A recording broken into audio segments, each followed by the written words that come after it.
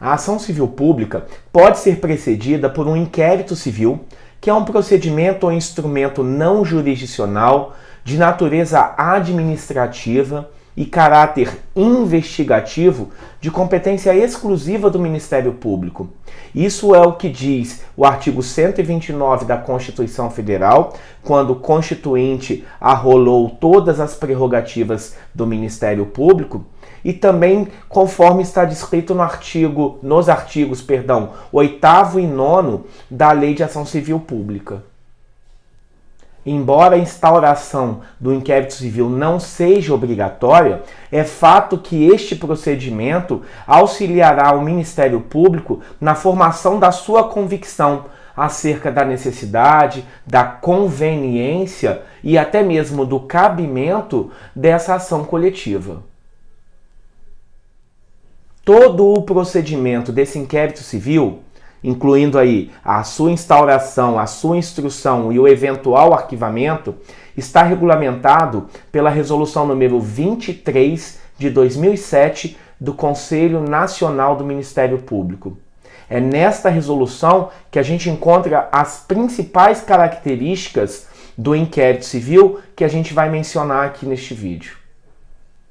A primeira característica do inquérito civil é a instrumentalidade. A gente precisa entender que o inquérito civil não é um procedimento em si mesmo. O inquérito civil tem uma finalidade, que é auxiliar na formação da convicção do Ministério Público quanto à propositura da demanda coletiva.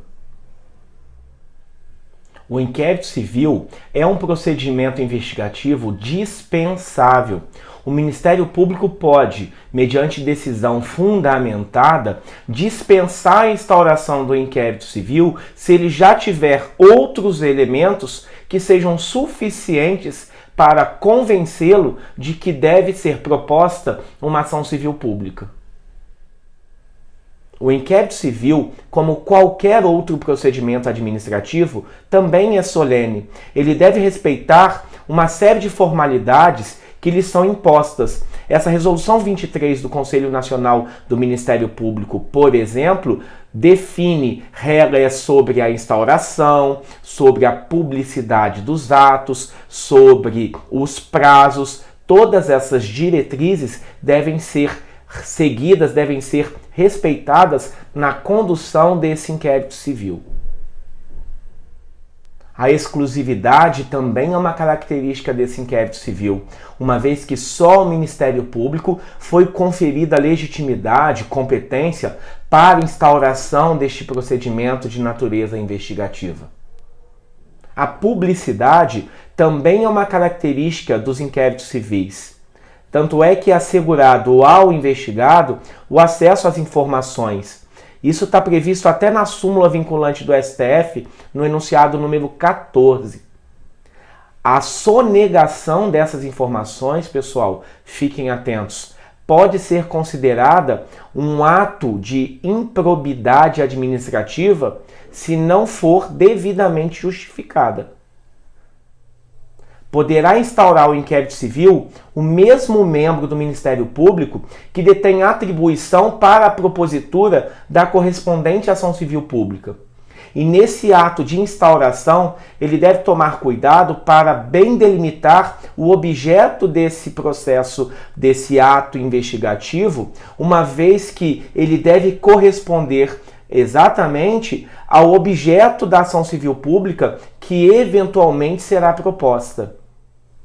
Para a instrução do inquérito civil, o Ministério Público é dotado de poderes especiais. Ele tem, por exemplo, o poder de expedir notificações para oitiva de testemunhas ou para a realização de diligências diversas.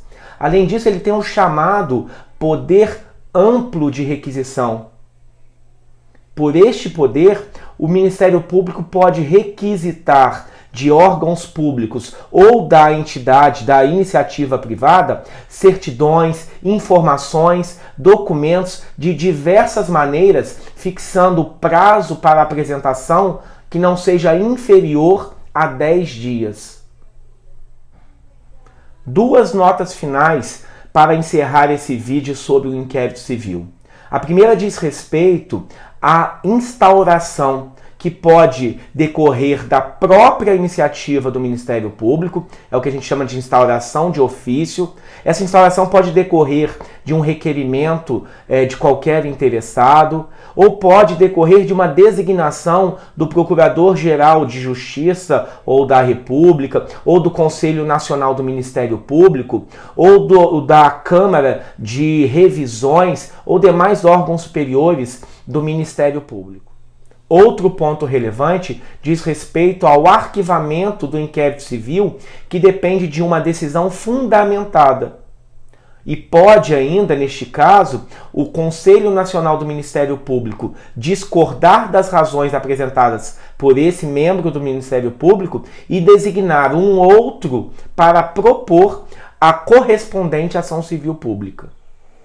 Pessoal, estes são os principais pontos do inquérito civil. Se tiverem mais dúvidas, mandem aí que juntos vamos tentar encontrar uma resposta para todas elas, ok? Até o próximo vídeo.